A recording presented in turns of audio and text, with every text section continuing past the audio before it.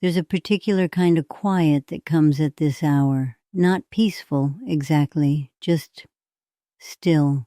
The way a room gets still when everyone who used to fill it is gone. I sit here most mornings now with nothing in front of me. No plate, no toast, no cup of tea going cold on the saucer. Just my hands in my lap and whatever light is coming through the window and the sound of myself breathing. People notice. My daughter noticed first. She didn't say anything for weeks. She just watched me, the way she used to watch her father when she knew something was wrong but didn't know how to ask. Eventually, she sat down across from me and said, "Mama, you're not eating in the mornings anymore." And I said, "I know."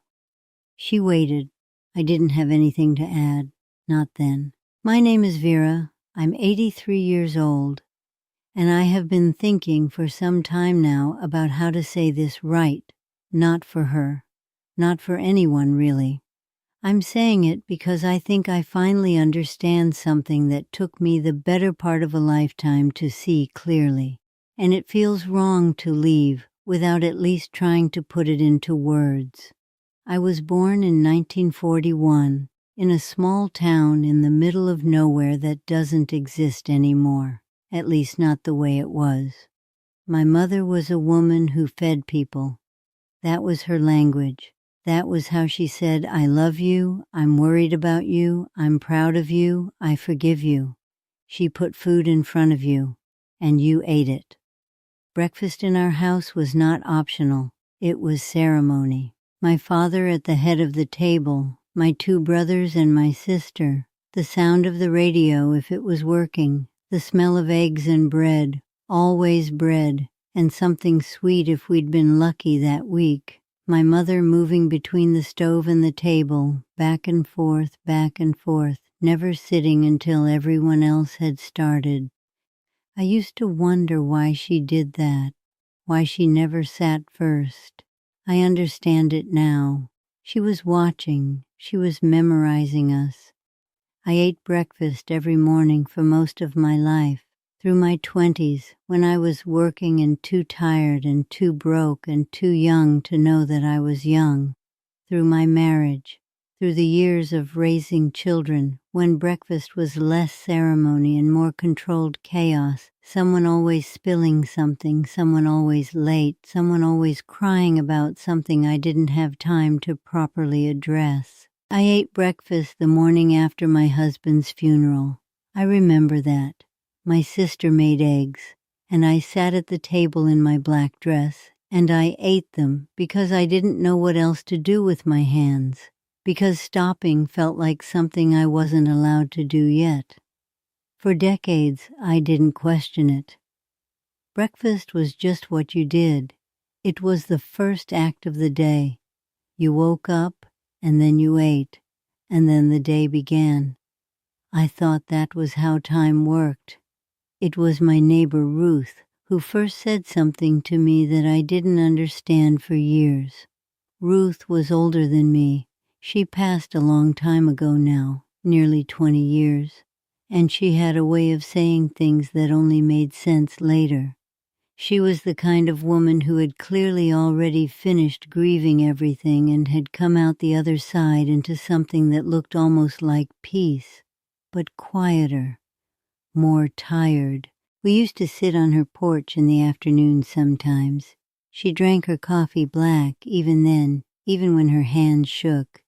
And one afternoon she said to me, I was maybe 60 at the time, my youngest had just moved away and I was in that strange in-between feeling, untethered. She said, "Vera, I stopped eating breakfast about 5 years ago and I have never once missed it." I laughed. I thought she was joking or being eccentric the way very old people sometimes are. She wasn't laughing. I found out I spent 60 years eating breakfast because I was afraid, she said, afraid of what the morning would feel like if I didn't fill it up right away. I didn't know what to say to that. She sipped her coffee. Now I just sit with it, she said. The morning, I just sit with it first. I went home and made dinner, and I forgot about it for approximately 15 years. That's how long it took. 15 years for that sentence to come back to me in a way I couldn't dismiss. I was 74. My husband had been gone for 6 years by then. My children were living their own full lives in other cities, other states. We talked on the phone. We visited at holidays. I was proud of them. I loved them.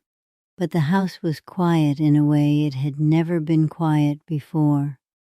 And I woke up one morning and I went to the kitchen and I stood in front of the refrigerator and I thought, I don't want anything, not just not hungry, something deeper than that. I didn't want to begin. I stood there for a long moment. Then I closed the refrigerator.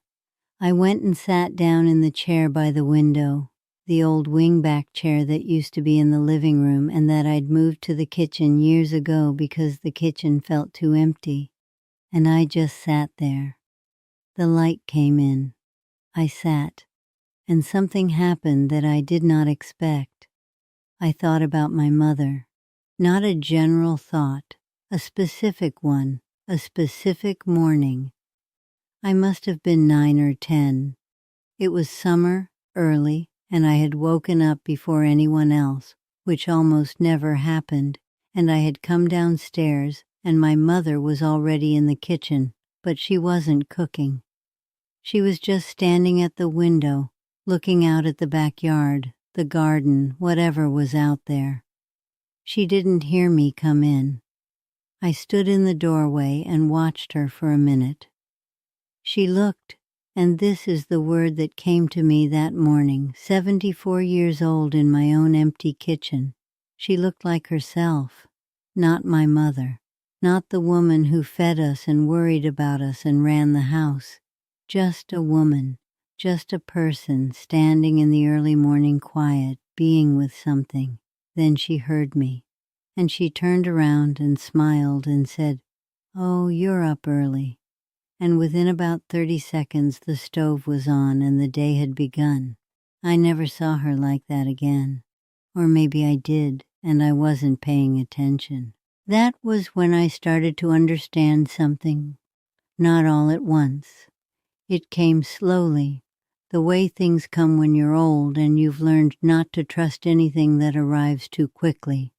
But I started to see that breakfast, the act of immediately filling the morning, had been for me a way of not feeling the morning, a way of moving from sleep to doing without passing through anything in between, without sitting in that space where you are just a person and the day has not yet required anything of you and you have not yet had to be anything for anyone. Ruth had named it. Afraid of what the morning would feel like if I didn't fill it up right away. I had been doing that for 60-some years, not because anyone told me to, not because I was wrong to, just because it was what I knew, what I inherited, what I never once questioned. There are things I wish I had known earlier. I won't say that the way people usually say it. I'm not trying to reach back and change anything. You can't change anything. I know that better now than I ever have.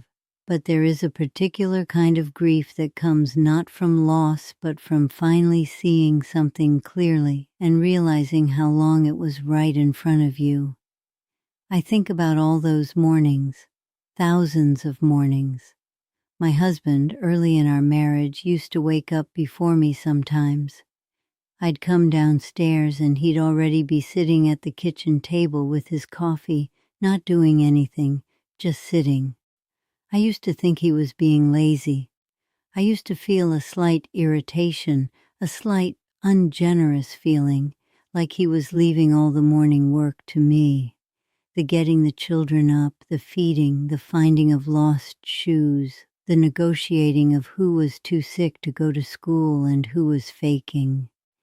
He'd sit there and drink his coffee and watch all of it like he was watching something beautiful. I was too busy to understand what he was doing. He died in January, 13 days after New Year's. It was cold in a way that felt personal. And in the years after, in that long quiet, I kept coming back to those mornings, to him sitting, to his face which I can still see exactly, turned slightly toward the window or toward wherever the noise was coming from. He wasn't absent, he wasn't checked out, he was present in a way that I was too busy to be. He was sitting with the morning, I was running from it. I don't say this to make it sound like he was wiser than me. He had his own ways of running, everybody does. But in that particular thing, the willingness to just be in the morning before the morning asked anything of him, he had something I didn't. And I spent so many of those mornings feeling, underneath everything, a low hum of something I couldn't name. Not unhappiness exactly. More like a feeling that I had already missed something, first thing, before the day had even properly started. Like I had entered a room a moment too late and the important thing had just happened. I thought that feeling was just life. I thought everyone felt it. Maybe they do. But I wonder now how much of it I created myself by never stopping, by never just sitting down first. My granddaughter thinks I'm being poetic when I talk about mornings. She's 26. She visited last spring and she sat with me one morning. I was in my chair. She had her phone and her coffee. She was checking things, reading things, and she looked up after a while and said, "Grandma, what do you think about? Just sitting here like this?" I said, "Everything, nothing. Whatever comes." She nodded like she understood, but she didn't. Not yet. You can't understand it yet at 26. You haven't lost enough. You haven't been quiet enough. The world hasn't gotten quiet enough around you yet. And I didn't say that to her. I just smiled, because it wasn't time for her to understand it yet, and that's all right. There was a period in my 60s when I was very busy being useful. My grandchildren were being born. My children needed things. There were trips to help with and dinners to bring and advice to give whether or not it was wanted. I was, as far as I could tell, necessary. And necessity is a wonderful thing to feel. It fills you up. It makes the days move forward with purpose and direction. But I remember this clearly now. There were mornings during that time when I would wake up and lie in bed for a moment before getting up, and I would feel something underneath all the busyness, something quiet and slightly sad, like a note played in a low register that you almost can't hear but that you feel in your chest. I always got up immediately, always moved toward the day, toward the coffee, toward the phone, toward the list of things to do. I was afraid if I stayed with that feeling, it would grow into something I couldn't manage. Maybe it would have. I don't know. I never let it.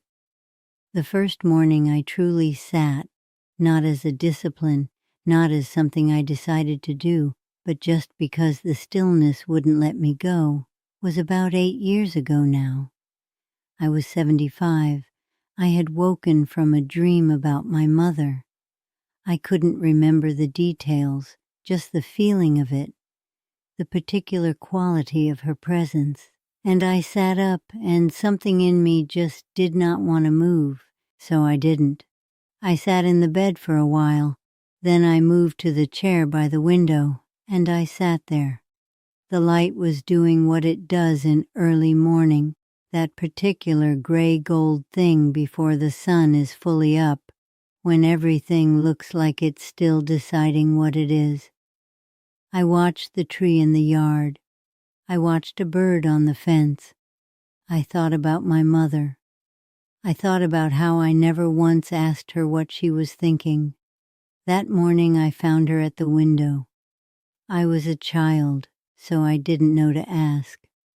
But later, when I was an adult, when she was still alive and we talked on the phone every Sunday, it never occurred to me to say, "Mama, That morning when I was 9 and I came downstairs early and you were just standing at the window, what were you thinking about? She died without me ever asking, and I will never know. That sounds like a small thing. I know it sounds like a small thing. But I have sat with it for years now, and I don't think it is small. I think I was always so busy moving through my life that I missed asking the questions that mattered, not the practical questions, the real ones. What are you thinking about? What do you carry? What did you understand too late? My husband and I were married for 41 years. 41 years, and I think there were maybe a handful of mornings, maybe 10, maybe 15, when we just sat together and didn't talk and didn't do anything and were just two people in the early morning being quiet together. Those mornings, I can feel them differently now from all the others, not because they were better exactly, but because they were whole. They weren't in service of anything. They were just themselves. The other mornings, the thousands of other mornings, they were good too in their way. They built a life. I don't want to make it sound like I regret the ordinary, busy, imperfect life we made. I don't. I loved that life. I would not trade one morning of it. But I do feel now, sitting here in this particular quiet, that I was always reaching toward what came next, always in motion toward the next thing, and the stillness, the simple, early morning stillness, it was always there. I just never fully climbed into it. After I stopped eating breakfast, after I started just sitting first, the mornings changed. Not dramatically, not in the way things change in stories, where there is a before and an after and the after is clearly better. It was more subtle than that. I just started to notice things, how the light moves through the window, how my own breathing sounds in a quiet room, the way certain memories come without being invited, not distressing, just present, like visitors, like the house letting in whoever needs to come in. I started to feel for the first time in my life like I wasn't late, not ahead of myself, not behind myself, just here. That feeling lasted maybe 20 minutes each morning before the day reasserted itself, before I had to be somewhere or call someone or take my medication or become again a person with a function and a schedule. But those 20 minutes were the most mine I had ever felt. I've thought about why it took so long. Partly it was the way I was raised. You didn't sit still. Stillness was laziness or sadness or something to be fixed. My mother was always moving, and I became a woman who was always moving, and I raised children who were always moving. That's not a criticism of any of us. That's just what was handed down. But partly, and this is harder to say, partly it was fear. Not fear of anything specific, just a generalized fear of what I might find if I stopped filling the silence. I think I was afraid I would feel how much I had missed, and I was right to be afraid of that, because I do feel it. Some mornings I sit in that chair and I feel it very clearly. All the mornings I moved through too quickly, all the conversations I half listened to because I was already thinking about what came next, all the times my husband was sitting quietly watching something beautiful and I was too busy to see what he saw. I feel all of that, but it doesn't break me the way I thought it would. It just sits with me, like everything else. Last year my daughter came to stay for a week. She's 56 now. She's a woman. She has gray in her hair and she carries herself the way a person carries themselves when they have been through real things. On the second morning, she woke up early and found me in my chair. She made herself coffee and she pulled a chair over and she sat down next to me without saying anything. We sat there together for maybe half an hour. The light came in. The neighborhood started making its noises. A car, a dog, someone's garbage being taken out. At some point she reached over and put her hand on mine. That was all. I want to say that I felt my mother in that moment. I want to say I felt the whole line of women behind me. The ones who were always moving, always feeding, always filling the silence because silence felt like failure. I want to say I felt all of them, and that we were, somehow, finally still. Maybe that's too much. Maybe I'm making it into something larger than it was. But I sat there with my daughter's hand on mine in the early morning light, and I thought, this right here, this is the thing I kept almost missing. I'm not telling you this because I think you should stop eating breakfast. That's not what this is. I'm telling you because I am 83 years old and I am running out of mornings and I know it. And there is something about knowing that, really knowing it, not as an idea but as a fact in your body, that makes you want to say the things you kept almost saying. My mother stood at that window in the early morning and she was being something. She was being a person in time, in a particular light, in a particular silence, before the day made any demands of her. I saw it for a moment when I was 9 years old, and then I forgot it for 60 years, and then I spent the last 8 years trying to find it again. That's what I know. That's all I know. Some mornings are harder than others. Some mornings I sit in the chair and I just feel old and tired and I miss people who are gone, and I wonder what was the point of all of it. The rushing and the trying and the worrying that got done and the worrying that was wasted. Those mornings, the stillness isn't peaceful, it's just honest. I've decided that's all right. Honest is enough. More than enough, maybe. I spent a long time wanting the mornings to feel a certain way. Wanting to be the kind of person who wakes up with a sense of purpose and gratitude, who moves into the day like someone who knows what they're doing here. I don't know what I'm doing here. I never did. But I know what this light looks like at this hour. I know the sound of this quiet. I know what it feels like to just be a person in a room before anyone needs anything from you. I know that. I own that. And it took me most of a lifetime to get it.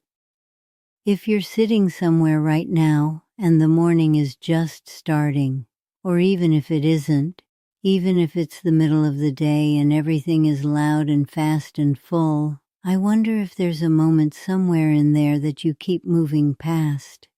I wonder if you know what it is. I wonder if you've been moving past it for years. I'm not saying don't move. You have to move. Life requires motion, and motion is good, and there is beauty in a full and busy life. But maybe just once, maybe just one morning, before the coffee, before the phone, before the first obligation comes looking for you. Just sit. Just be in it for a moment, see what comes. That's what my neighbor Ruth found at the end. That's what my husband always had. That's what my mother was doing at the window all those years ago when I saw her for just a moment being only herself. I found it late, but I found it. I don't know how many mornings I have left. I know it's not a lot. I can feel that now in a way I couldn't feel it at 50. At 60, even at 70. The body tells you. The silences between things get longer and you realize it's not sad exactly. It's just true. I'm Vera. I'm 83. And I stopped eating breakfast years ago. And every morning now I sit in the light and I breathe and I remember the people I loved and I let whatever comes come. And that's enough. That's more than enough. If something in this stayed with you, even just a small thing, I hope you'll sit with it a little while. You don't have to do anything with it. You don't have to understand it today. Some things just take time.